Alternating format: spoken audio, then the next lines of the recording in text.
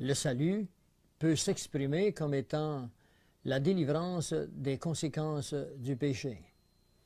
Bien sûr qu'il faut, pour arriver au salut, d'abord accepter qu'il y a eu péché. Ce péché n'est pas nécessairement quelque chose que l'on fait seulement, mais c'est le résultat d'une longue génétique transmise depuis nos premiers parents, depuis Adam et Ève jusqu'à nous. À preuve de cela, l'homme meurt depuis Adam et Ève étaient nés pour vivre dans ce paradis terrestre, pour vivre éternellement, de vivre tous les jours que Dieu leur avait donnés.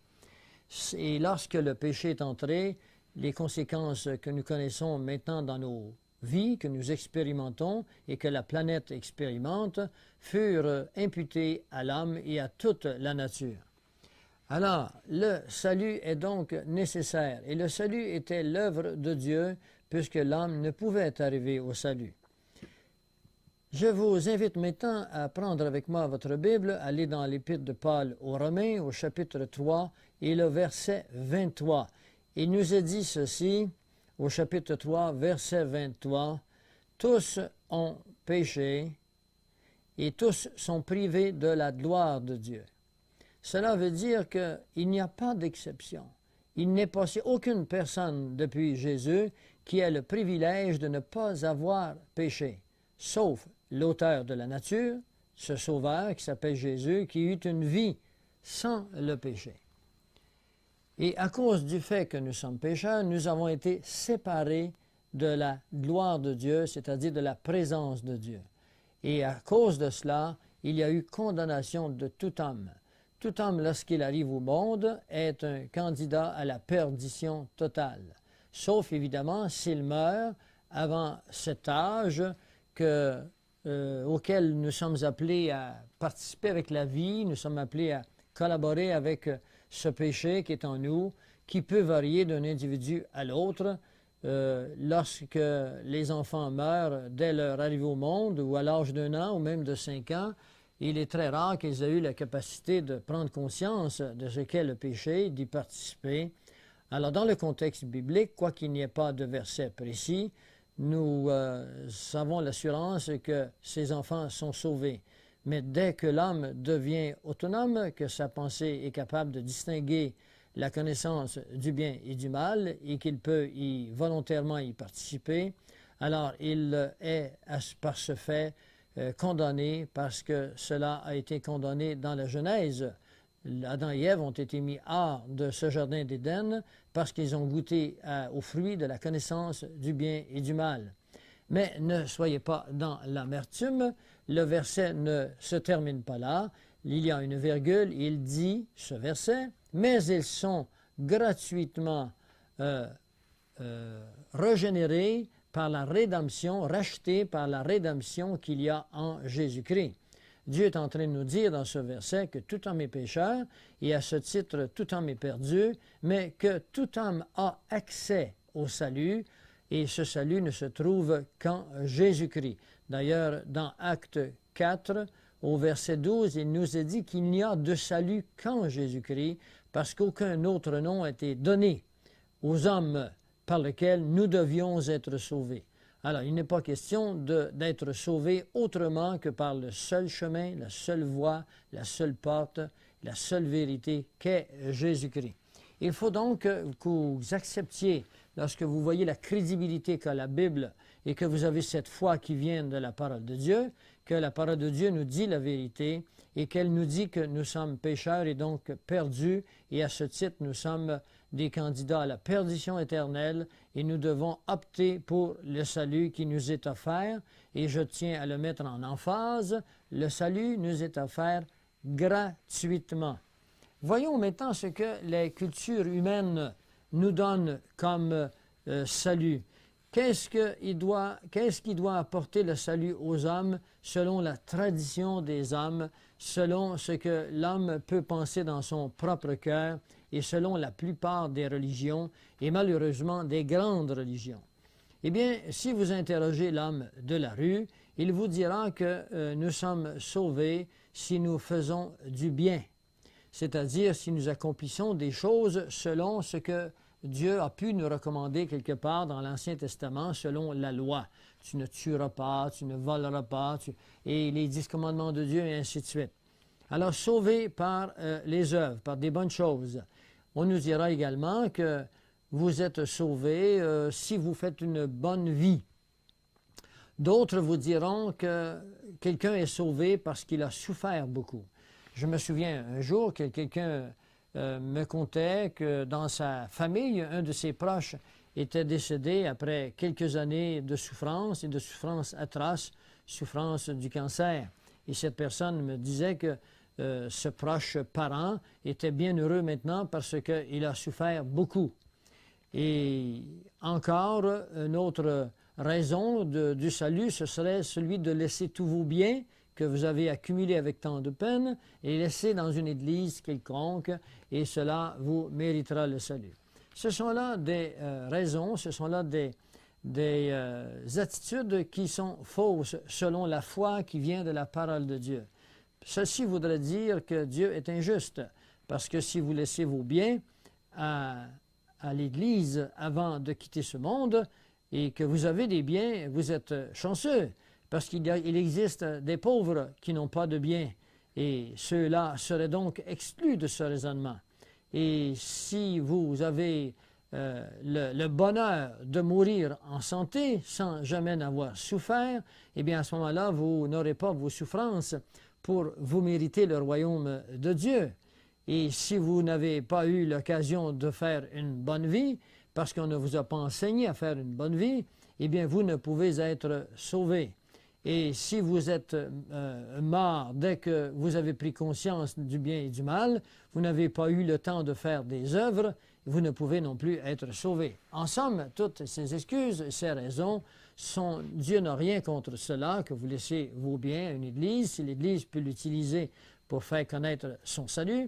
L'Église n'a rien contre, Dieu n'a rien contre des bonnes œuvres, mais Dieu a des règlements bien précis sur le salut et qui n'ont rien à voir avec ce que nos cœurs peuvent décider eux-mêmes.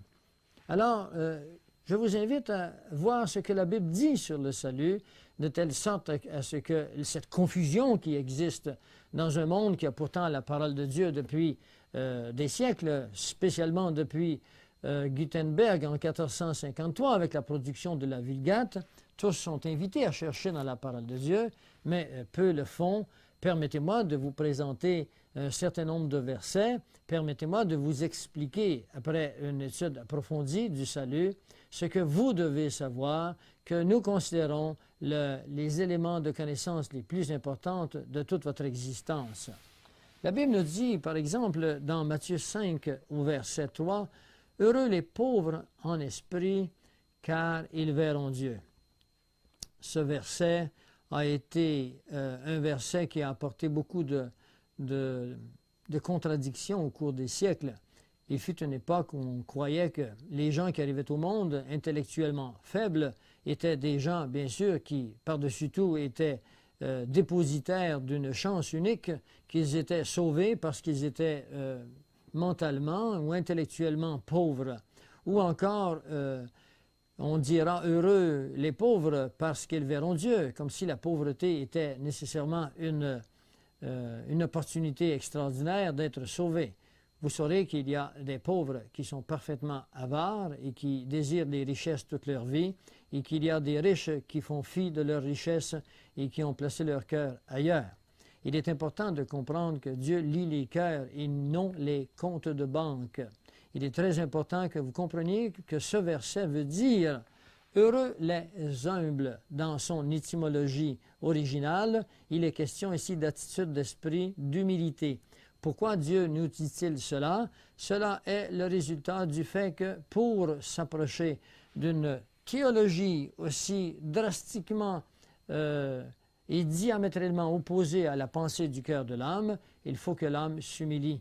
Il faut que l'homme fasse fi de ses pensées à lui et qu'il dise « C'est toi, Dieu, c'est toi, Seigneur, qui as raison, c'est toi qui as créé cette terre, c'est toi qui m'as créé, je ne connais rien à cette terre, je suis émerveillé de cet univers, je n'ai rien à voir avec elle, mais je sens que ce que tu dis et je sais que ce que tu dis est vrai, donc je m'abandonne à toi et c'est toi qui as raison. » Et c'est à ce juste titre que Dieu dit « Heureux serez-vous si telle est votre attitude, parce que vous avez plus de chance qu'un autre qui est orgueilleux, qui dit « C'est moi qui ai raison », de voir Dieu, de connaître ce Seigneur qui se révèle à nous dans sa parole.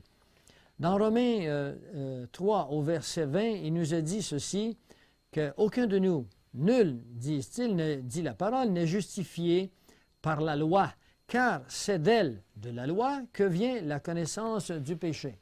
Et la plupart des gens qui sont religieux sont légalistes.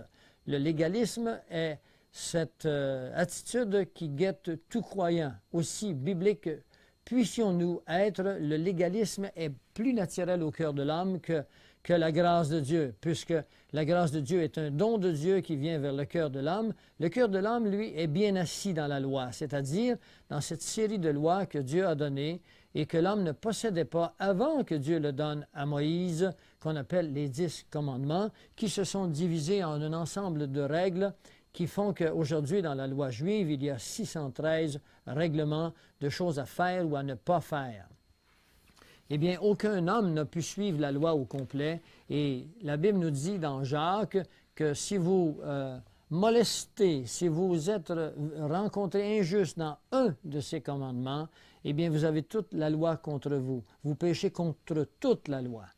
Alors, aucun de nous, donc, ne peut être amené juste devant Dieu en utilisant les œuvres de la loi. La loi, c'est les choses à faire et à ne pas faire, mais aucun de nous ne peut répondre à toutes ces choses parce que nous sommes foncièrement pécheurs, c'est-à-dire inclinés vers la transgression, vers ce qu'on appelle le péché. Le péché est en nous, il est dans nos membres. Le mot péché veut dire manquer la cible. Oui, parce que la cible, c'est Dieu et nous manquons la cible. Nous manquons de nous conformer à ce qu'il voudrait que nous soyons d'une façon régulière. Et nous ne sommes pas sauvés, heureusement, uniquement par le fait que nous sommes toujours corrects à Dieu, parce que si c'était le cas, nul d'entre vous ou moi ne pourrions être sauvés. Alors, la Bible nous dit que, et également que c'est par la connaissance de la loi qu'est entré le péché. Cela veut dire que Dieu, en créant la loi, nous a démontré que nous sommes incapables de nous soumettre à toute la loi de Dieu, et ce faisant, nous sommes pécheurs. Donc, le but de la loi de Moïse, était que nous prenions conscience que nous sommes pécheurs. Ceci étant fait, ceci étant reconnu maintenant que nous sommes pécheurs, eh bien, Dieu mettra à notre disposition un salut qui se fera par la connaissance de la foi, qui est l'ensemble des doctrines contenues dans la parole de Dieu. Mais dans l'ensemble de cette doctrine, il y en a une particulière qui est habilitée à nous amener au salut, et c'est celle-là que nous voulons vous exposer maintenant. Le péché a des conséquences incroyables dans toute l'humanité. La Bible nous dit dans Romains 6, au verset 23, que c'est le péché qui a amené la mort. La mort des hommes et la mort de la nature également. Dans Romains 8 au verset 22, il nous est dit ceci, il nous est dit « Or, nous savons que jusqu'à ce jour, la création tout entière soupire et souffre les douleurs de l'enfantement. » Cela veut dire que la création subit également les conséquences du péché. Dans Romains 6, au verset 23, il nous a dit « Le salaire du péché, ou la conséquence du péché, c'est la mort. Mais le don gratuit de Dieu, c'est la vie éternelle. » Et la Bible ajoute « en Jésus-Christ, notre Seigneur ». Alors, le chrétien, son Seigneur, ce n'est pas lui, ce n'est pas les systèmes d'hommes, c'est Dieu. Et il y a en Jésus-Christ la vie éternelle, parce que la vie éternelle nous avait été enlevée par le péché. Le péché amène la mort. Cela ne veut pas dire que dès que nous commettons un péché, qu'on meurt instantanément. Cela veut dire que lorsque le péché est entré dans le monde, est entré un phénomène que l'on appelle l'entropie. L'entropie correspond à la deuxième loi de la thermodynamique, qui est une loi découverte par les scientifiques, qui dit que toute énergie en système clos, mon corps, votre corps est une forme d'énergie en système clos, c'est-à-dire je ne suis pas connecté à aucun autre système. Il dit que ce système tend vers sa réduction, c'est-à-dire que l'énergie que nous avons en nous, au fur et à mesure que le temps passe, diminue et nous nous atrophions et nous nous en allons vers le point zéro. Un arbre, dès qu'il arrive au sommet de son existence, eh bien, tranquillement, la crépitude entre en lui et il commence à réduire sa capacité. Il est moins beau qu'il était et finalement, il meurt pour retourner aux éléments premiers dans la pourriture. Et nos corps font également comme cela. Et ce n'était pas dans les plans de Dieu initialement. Nous devions vivre éternellement. Et c'est le péché qui a amené cette condition chez l'homme et dans toute la nature. Alors, comment l'homme maintenant est-il appelé à être sauvé? Eh bien, Dieu a établi un plan bien particulier là-dessus. Et il faut aller dans Romains 3 au verset 28, où il est dit que nous pensons que l'homme est justifié par la foi sans les œuvres de la loi. C'est-à-dire que quand bien même que vous feriez de bonnes choses pour Dieu, il n'a rien contre ces choses, mais ce ne sont pas ces choses que vous faites, ni vos souffrances, ni vos biens que vous laisserez à l'Église dont vous participez en mourant. Ce n'est pas non plus en ayant une bonne vie que vous serez sauvés. Et qu'il soit dit en passant que Dieu n'a rien contre une bonne vie. Le croyant a une bonne vie parce qu'il connaît Dieu, mais sa bonne vie ne permet pas que cela puisse justifier qu'il soit sauvé. Donnez vos biens à une Église pour qu'elle répande la parole de Dieu, n'a rien contre Dieu, mais cela non plus ne justifie pas que vous soyez sauvés. Et de même, la souffrance n'est pas la cause du salut. La cause du salut est autre et nous la voyons maintenant. Nous la voyons dans Romains 5 au verset 9. Il nous a dit ceci. Il nous a dit, à plus forte raison, donc, maintenant que nous sommes justifiés par son sang, nous serons sauvés par lui de la colère. Et dans Romains 3, 25, il nous a dit ceci, c'est lui que Dieu a destiné par son sang à être, pour ceux qui croiraient, victime propitiatoire afin de montrer sa justice, parce qu'il avait laissé impunis les péchés commis auparavant au temps de sa patience. Cela veut dire que sans le sang que Jésus a laissé couler sur cette planète, vous et moi n'aurions jamais pu être sauvés. Et je vais vous inviter maintenant à aller au verset clé du salut, le verset le plus important qui probablement résume la pensée de Dieu, la résume le mieux. C'est dans Éphésiens 2 au chapitre 8. Il nous a dit ceci, « C'est par la grâce que vous êtes sauvés par le moyen de la foi. » C'est-à-dire que c'est parce que Dieu le veut bien que vous et moi avons accès au salut. C'est une grâce, c'est-à-dire que c'est un don immérité que nous ne méritons pas. Mais ce salut, s'il est gratuit pour vous et pour moi, il ne l'a pas été pour Dieu, il ne l'a pas été pour Jésus, car il a dû pour ce salut venir sur cette terre, prendre forme physique humaine. Il a dû souffrir comme vous et moi, tout être tenté comme vous et moi dans toutes choses. Et il a dû mourir sur une croix, être humilié. Et lorsque son sang a coulé, Dieu était satisfait. Christ, qui avait créé cet univers, devait payer de son propre sang pour justifier que l'homme fût sauvé. Mais il y a une condition. Et cette condition, elle ne dépend pas de votre vie. Elle ne dépend pas de vos œuvres. Elle ne dépend pas de vos souffrances. Et c'est là la nuance. Les religions ont emprunté de vous donner comme base du salut ces raisons, alors que Dieu lui-même nous invite à consulter sa parole, qui nous dit avec beaucoup d'explicité, qu'il nous dit que c'est par le moyen de la foi que nous sommes sauvés.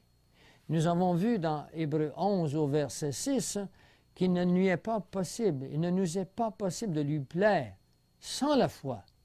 Et il exige que nous ayons la foi. La foi dans quoi? Mais la foi dans l'œuvre qu'il a accomplie à votre place. Et pour cela, il faut comprendre la signification de la mort de Jésus. Il faut comprendre que s'il est mort, c'est parce que c'était le plan qu'il avait préconçu et que ce n'est pas une erreur de parcours comme certaines théologies modernes veulent le faire croire, que Jésus est mort. S'il n'était pas mort, vous et moi n'aurions jamais pu être sauvés. Dans Colossiens 2, au verset 14, il nous a dit que l'acte dont les ordonnances nous condamnaient, les ordonnances de la loi qui nous condamnaient, cet acte, il l'a effacé. Et qui subsistait contre nous, il l'a effacé en le clouant à la croix. Investiguez ce verset, je vous en prie, Colossiens 2, 14, et comprenez l'incroyable réalité de ce verset. Toutes les ordonnances de la loi qui vous condamnent, vous, et qui me condamnent, moi, à cause de votre foi dans ce Jésus qui a payé le coût pour vous, qui n'est pas venu, comme dans l'Ancien Testament, couvrir le péché avec le sang des boucs, avec le sang des agneaux, avec le sang des tourterelles, mais qui est venu ôter le péché. L'agneau de Dieu devait être celui qui était annoncé au préalable. Ce qui était au préalable existait du temps de Moïse. Et c'est pour cela qu'on tuait des taureaux, on tuait des boucs. C'était pour faire couler le sang, parce que le sang est le symbole de la vie. Et Jésus dira, je suis la vie. Et tout cela ne sera que l'ombre des choses qui devaient venir. Et cette chose qui devait venir, c'était Jésus. Et il est venu et son sang a coulé, et c'est pour ça qu'on l'appelle l'agneau parfait. L'agneau qui laissera couler son sang pour vous et moi, afin de prendre sur lui, tel qu'il nous l'a dit dans Colossiens 2, 14, prendre sur lui vos péchés et les miens, afin que lorsque nous paraîtrons devant Dieu, et qu'il n'y ait plus aucune faute, non pas que nous ayons payé pour cette faute en souffrant, non pas que nous soyons acquittés de cette faute parce qu'on a laissé nos biens à une église quelconque, non pas que parce qu'on a fait une bonne vie, que nous méritions cette vie éternelle, mais parce que nous avons cru dans ce Jésus, nous nous sommes placés sous les ailes, sous le parapluie, ce parapluie qu'est Jésus, qu'il a payé à notre place le coût de nos péchés et qu'ils ne sont pas couverts comme ils l'étaient dans le passé, mais qu'ils sont ôtés. L'agneau de Dieu qui ôte les péchés du monde. Il est important que vous compreniez cela. Tout ce mystère caché dans l'Ancien Testament qui nous est révélé avec beaucoup d'emphase et de précision. Et pour vous rassurer, ce salut qui nous est apporté par la foi dans cette œuvre accomplie au Golgotha, cette œuvre qui vient terminer la loi de Moïse, qui est là pour mettre en évidence le péché, pour nous condamner, cette œuvre, elle nous a enlevés, elle nous a soustraits à la condamnation. Je vous inviterai à aller dans Romains 8, au chapitre 1, où il nous est dit clairement, « Il n'y a donc maintenant aucune condamnation pour ceux qui sont en Jésus-Christ. » Être en Jésus-Christ veut dire être à l'intérieur de sa doctrine, et non pas des doctrines de religion, d'un mouvement quelconque, d'une assemblée donnée. Être à l'intérieur de la doctrine de Jésus-Christ. Vous avez dû remarquer que jusqu'à date, nous n'annonçons aucune église, nous n'annonçons aucune assemblée, aucune religion. Nous annonçons la parole de Dieu. Mais la parole de Dieu vient de Dieu et elle est authentique et elle est juste. Nous ne serons jamais jugés en fonction d'une assemblée quelconque, d'une religion, mais nous serons jugés en fonction de notre décision à intégrer dans nos vies la parole de Dieu. Mais la parole de Dieu, pour cela, doit être prêchée. ce que nous pensons faire maintenant, et nous avons foi que vous acceptez et que vous recevez cette parole de Dieu. En tous les cas, nous vous invitons à le faire, afin que vous ne soyez pas soumis à ce jugement qui vient sur le monde, où il est dit dans 2 Thessaloniciens 4, « Parce qu'ils n'ont pas reçu l'amour de la vérité qui est la parole de Dieu, ce Jésus, eh bien Dieu a laissé tomber sur eux un esprit d'égarement. » Prenez garde que, négligeant la parole de Dieu, vous vous égariez dans des doctrines d'hommes. Elle vous est donnée aujourd'hui et vous devez la recevoir. Nous vous demandons de la vérifier afin que vous ne pensiez pas que ce que nous vous disons soit vraiment le fruit des cogitations intellectuelles de notre esprit à nous, mais bien plutôt le reflet de la pensée de la parole de Dieu. Maintenant, quelle doit être l'attitude du sauvé? Quelles sont les conséquences de ce salut chez celui qui est sauvé? Il est important que maintenant, à partir de ce moment-ci, nous parlions du sauvé. Nous avons au préalable parlé de la Bible comme étant un livre fiable. Nous avons vu que la foi était l'ensemble des doctrines de la parole de Dieu. Et maintenant, cette foi vous amène à considérer l'état de l'âme qui est perdu et l'historique de cette perdition que vous trouverez dans la Genèse, les chapitres 2 et 3 jusqu'à 6. Nous vous invitons à le lire. Ce n'est pas le but de ce thème maintenant, mais là, vous verrez la chute de l'âme et nous voyons maintenant comment Dieu a pourvu un moyen de retourner à Dieu, de ce salut. Eh bien, l'attitude du sauvé est désormais une attitude d'espérance. L'espérance, c'est ce désir, cette qualité, cette attitude que nous avons dans l'attente de la promesse de ce salut éternel qui est déjà à l'intérieur du croyant le moment où il accepte les conditions de la parole de Dieu, mais qu'il n'expérimente pas d'une façon totale tant que nous serons dans ce monde. Il y a cette espérance. Est-ce que vous croyez que les multiples personnages de tout âge de nos jours qui se suicident devant les difficultés de la vie ont été exposés à cette espérance que nous essayons de vous transmettre aujourd'hui?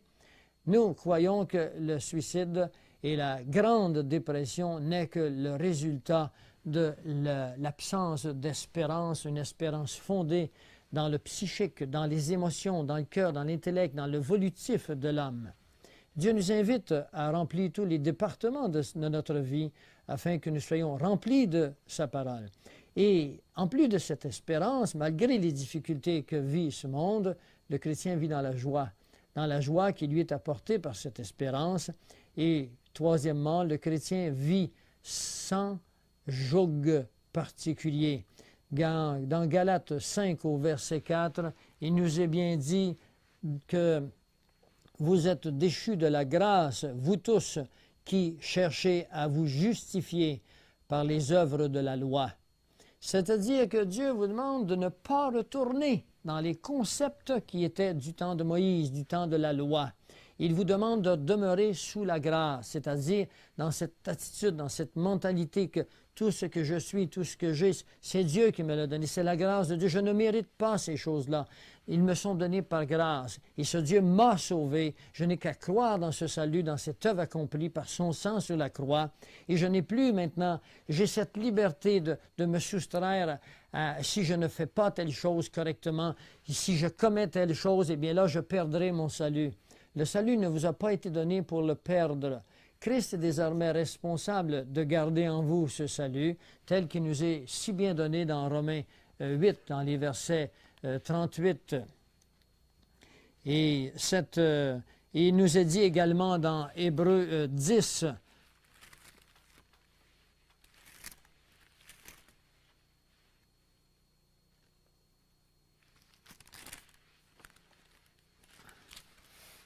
il nous est dit dans Hébreux 10 au verset 18, un verset qui est de nature à changer votre compréhension, de telle sorte que vous compreniez que ce salut, vous ne le méritez pas, et il vous a été donné, il m'a été donné. Et il est dit au verset 18 d'Hébreux 10, un verset qui devrait renverser vos raisonnements passés. Il nous est dit, ah, là où il y a pardon des péchés, Parce que quand on s'approche de Christ avec la repentance, que nous parlerons dans un instant, il y a pardon des péchés. Il est marqué « il n'y a plus d'offrande pour le péché », ce qui veut dire que vous n'avez plus à continuer à faire des sacrifices pour votre péché. Les sacrifices se faisaient sous la loi de Moïse, dans l'ancienne alliance. Maintenant, vous vivez sous une nouvelle alliance, l'alliance de la grâce. Les mots-clés de l'ancienne alliance étaient loi et obéissance. Les mots-clés de la nouvelle alliance sont foi et grâce. Ce sont des mots que vous devez comprendre. Foi en Jésus-Christ dans l'œuvre accomplie, sans les sacrifices. Autrement, si vous faites des sacrifices pour vous sauver, eh bien, vous serez porté à croire que vous méritez peut-être plus qu'un autre parce que vous avez fait plus de sacrifices, ou vous serez porté à vous culpabiliser parce que vous aurez fait moins de sacrifices. D'où naîtront des conflits, des angoisses, et vous perdrez donc votre liberté de Galates 5.4. Nous vous invitons à comprendre ce merveilleux salut qui nous est offert gratuitement. Comment peut-on arriver à ce salut maintenant et à ses conséquences? Il y a des conditions importantes et cette première condition s'appelle la repentance. La repentance nous est enseignée partout dans la parole de Dieu. L'évangile de Jean-Baptiste, par exemple, dans Marc 1,15, je vous invite à le lire, nous invite à la repentance. Jean-Baptiste dira partout, repentez-vous. Celui qui vient, lui, vous baptisera d'esprit, mais du moment, lui, où il prêche la repentance. Dans Acte 3, au verset 19, il nous est marqué « Repentez-vous et convertissez-vous pour que vos péchés soient effacés. » Alors, la repentance est une condition essentielle pour arriver à ce salut. De nos jours, on enseigne l'amour de Dieu. On parle d'un Dieu qui est prêt à vous ouvrir les bras. Mais on n'enseigne plus que ce Dieu est amour, bien sûr, et il est essentiellement amour, mais il est essentiellement également justice. Et sa justice implique que l'homme ne peut accéder à ce salut sans la reconnaissance de sa condition de pécheur, sans la reconnaissance de sa condition de condamné et de damné, sans quoi Christ serait venu inutilement. Pourquoi aurait-il souffert si tous sont sauvés sans la repentance? La repentance implique un certain nombre de conditions. Il y a des éléments importants dans la repentance que je voudrais maintenant partager avec vous. C'est un changement de mentalité, un changement de l'élément intellectuel. Dieu nous amène à considérer toute sa parole de Dieu. C'est un changement de mentalité face à lui-même, face à l'homme, face à la nature, face à la création. Il nous demande un changement dans notre sentimentalité, dans nos émotions. C'est ce qu'on appelle l'élément émotionnel. Le chrétien ou le sauvé éprouve désormais une tristesse face au péché. Ce péché qu'il ne voyait pas en lui préalablement à sa venue au salut. Ce péché qu'il ne voyait pas dans le monde, qu'il éprouve maintenant une tristesse pour la façon dont les êtres humains se comportent autour de lui. Et cela implique et cela montre le fruit de la repentance. Et également dans la volonté du croyant. Dieu nous dit, croyez donc, ce qui implique que vous avez le choix de croire ou de ne pas croire. Cela implique la volonté. Sa volonté s'applique maintenant à la connaissance et à la conformité au commandement, à la parole de Dieu, à sa doctrine globale. Je vous invite maintenant à venir avec moi dans Tite, dans Paul parle à l'apôtre à Tite, et il lui donne des commandements très précis face à cela, et je vais vous inviter à investiguer ces directives.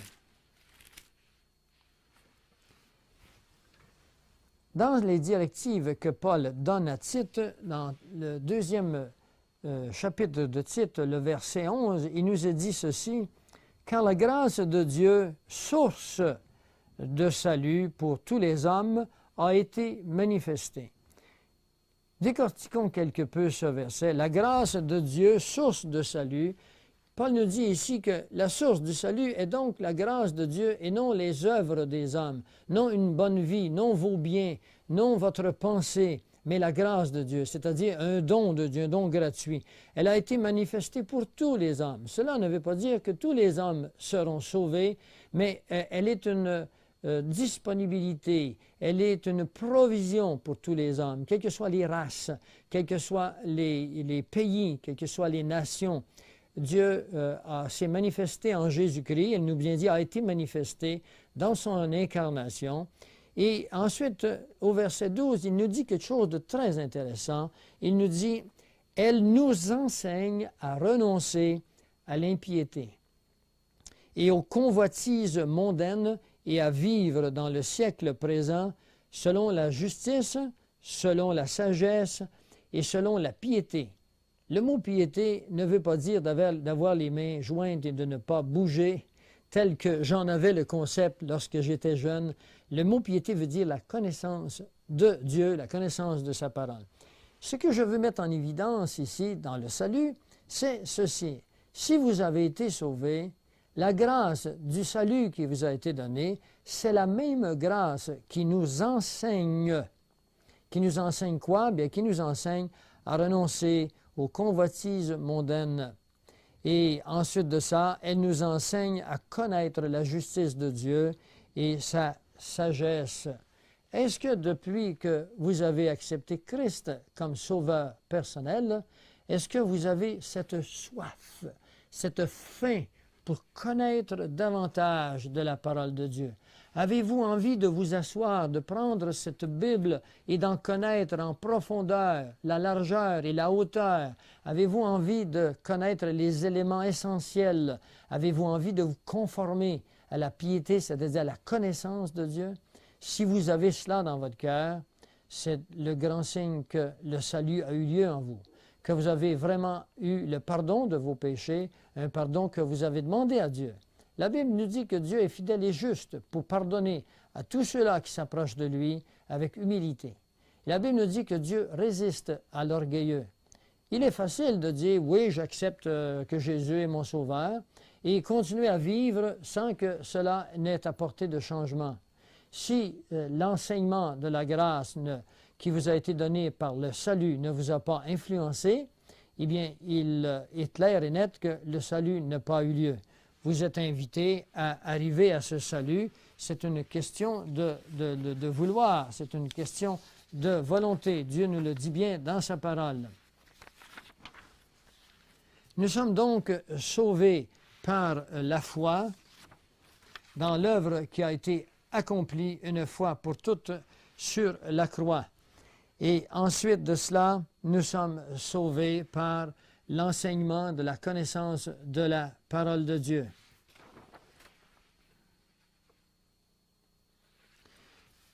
J'aimerais peut-être en terminant ce thème vous amener dans des versets bien spécifiques de la parole de Dieu qui nous dit cela.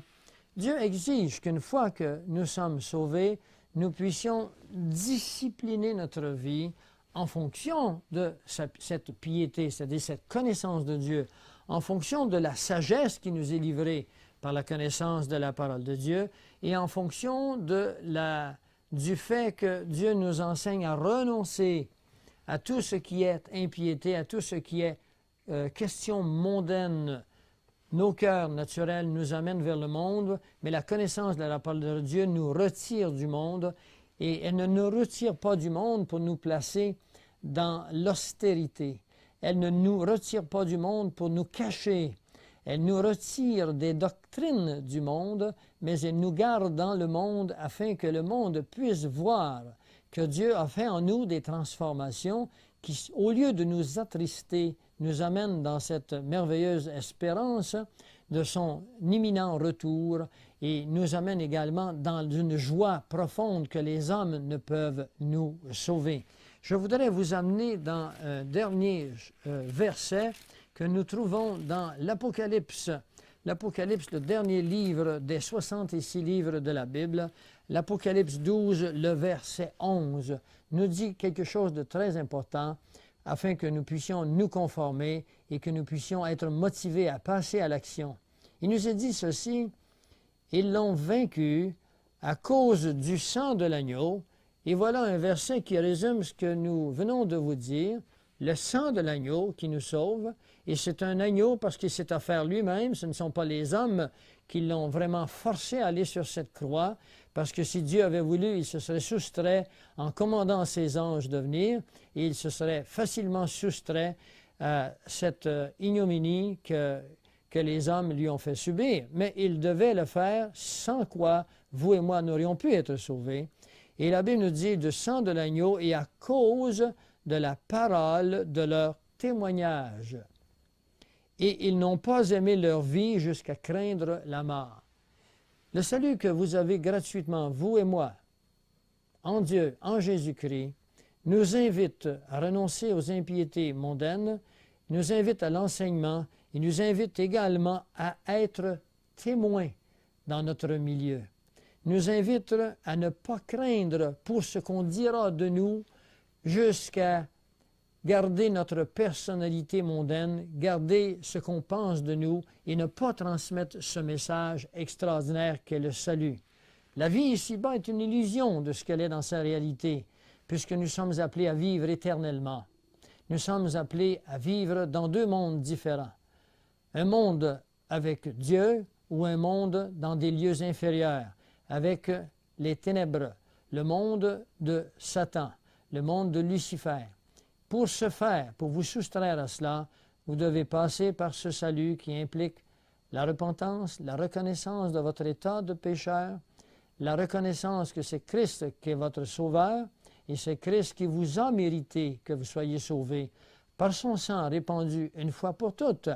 Une attitude maintenant de témoignage autour de vous, la connaissance de la parole de Dieu et une vie qui ne sera plus troublée par les soucis de ce monde, parce que le bon soldat, celui-là qui est soldat de Christ, tel que nous dit la parole, ne se soucie pas de ce monde, mais il se soucie de faire la volonté de celui qui l'a créé.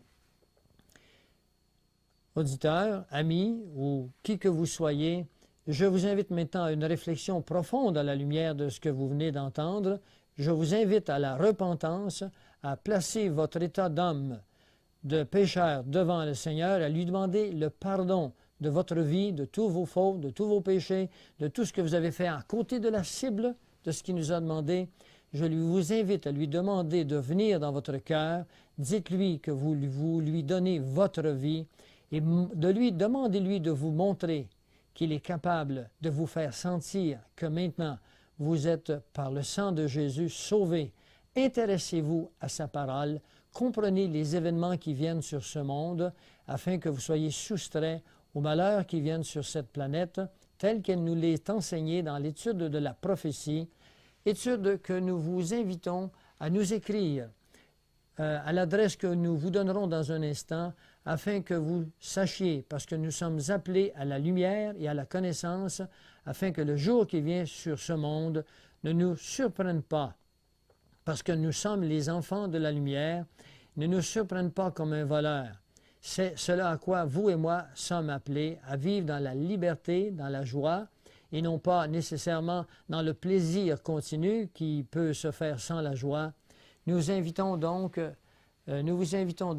à nous écrire, si bon vous semble, à nous demander ces autres cassettes que nous avons sur différents sujets eschatologiques, par exemple sur ce qui vient sur ce monde, les signes de son retour imminent, les sociétés secrètes derrière notre monde, les différents sujets que nous vous indiquerons par les feuillets que nous incluons dans nos cassettes sur les ouvrages que nous faisons dans les semaines et les mois à venir. C'est au nom de Plein Feu sur l'heure juste que je vous ai parlé et je vous souhaite donc cette vie nouvelle en Jésus-Christ et nous vous invitons à rester à l'écoute pour que votre vie vive dans l'abondance. Je vous invite maintenant à aller dans Jean 10, 10 et à méditer sur le fait que lui, Il est venu pour détruire. Il est venu pour tuer. Mais Jésus ne laisse pas cette parole-là. Il lui dit, « Je suis venu afin que vous ayez la vie et que vous l'ayez en abondance. » Au revoir et à bientôt de l'équipe de Plein Feu sur l'heure juste. Ici le docteur Pierre Gilbert.